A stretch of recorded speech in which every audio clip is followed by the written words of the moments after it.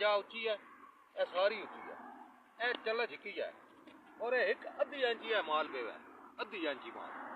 यानी कि पर तुसी वेखो परली साइड तो 2 इंची, इधर अद्धी इंची है।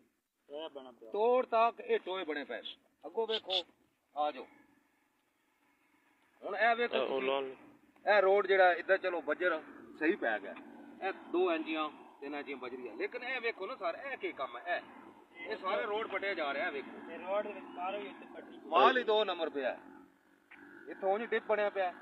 इधर आ जाओ अगे आ जाओ, ए दो तक ए वेखो जनाब इत्थे लोगों ने पाई ही नहीं, देखो पैसा गवर्नमेंट दे रही है, मरियम दे रही है, लोग पाई ही नहीं, अद्धी इंची भी नहीं बजर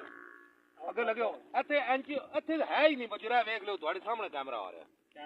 कैमरा तुहाडे सामने आ रहा है, वेखदे जाओ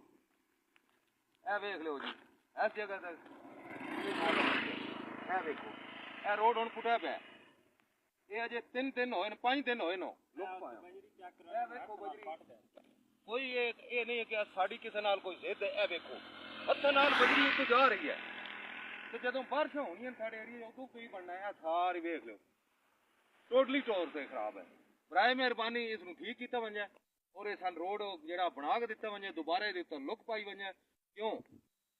ये गवर्नमेंट दा पैसा साडा पैसा है, असां टैक्स देना है, जदों कम ही 2 नंबर हो रहा है तो कम की करना है।